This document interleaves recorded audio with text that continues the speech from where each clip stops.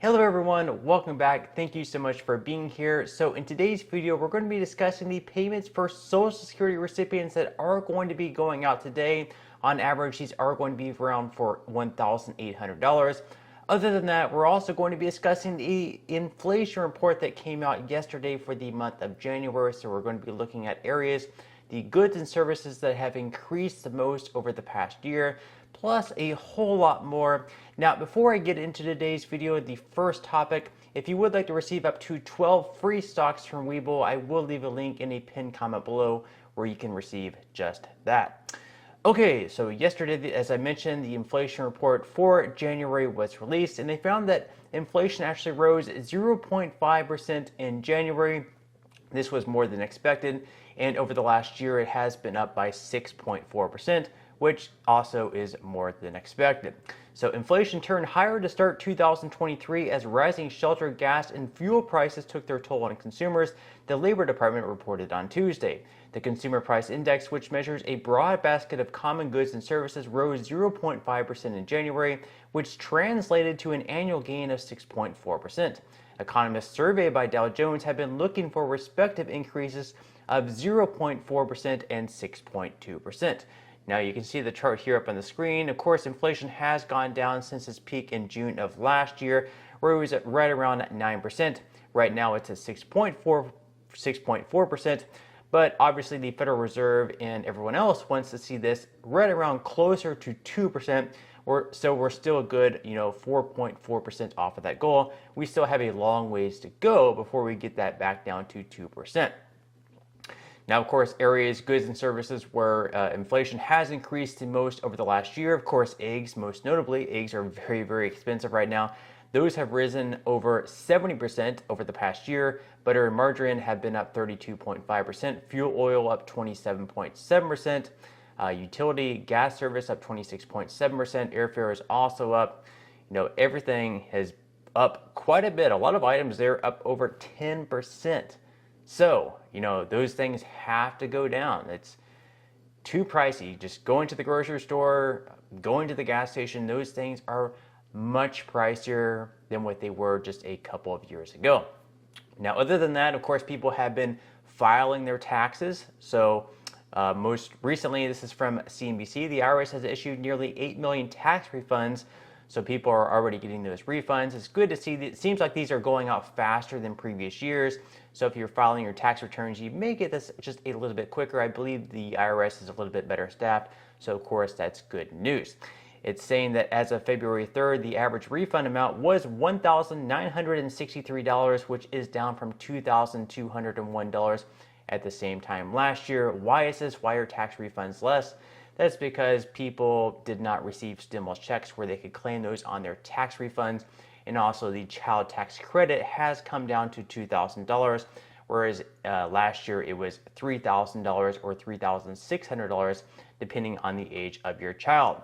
Now today, of course, we have those Social Security payments that are going to be going out for some people on Social Security benefits, depending on your birthday.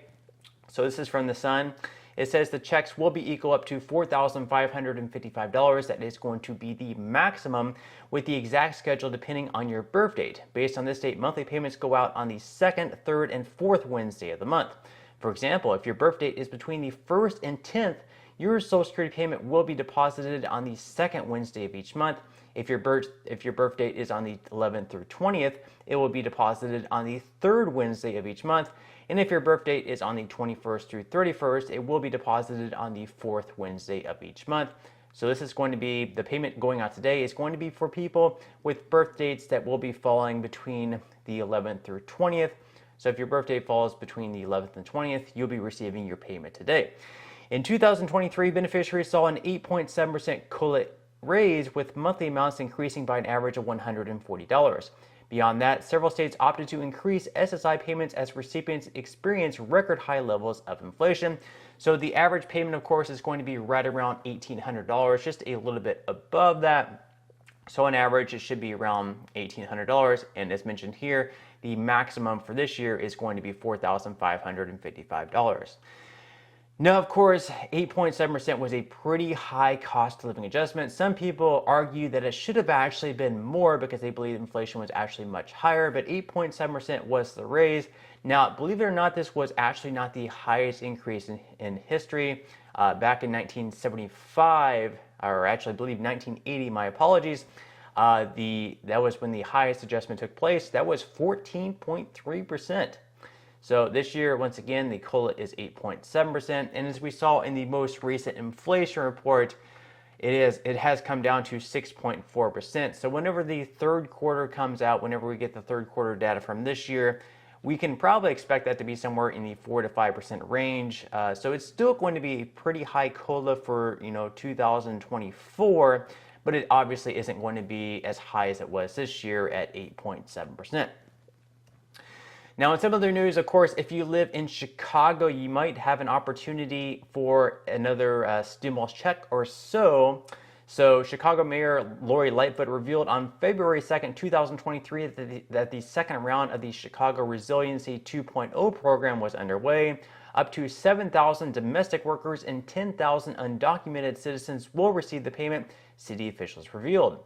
The money is designed to help those who missed out on federal stimulus checks during the COVID-19 pandemic. Applicants are eligible if they meet all the following. The applicant must be a domestic worker or undocumented citizen. They must be over the age of 18. They must live in Chicago, and their household income must be at or below 300% of the federal poverty line. That income threshold is $69,090 for a family of three, and officials have said that two members from the same household can apply for the cash. So if you live in Chicago and you meet those qualifications, that is something that you can definitely apply for. Now, in some other news, the European Union formally banned the sale of gas and diesel cars starting in 2035. So it's an interesting direction they're going there to try to lower the amount of emissions.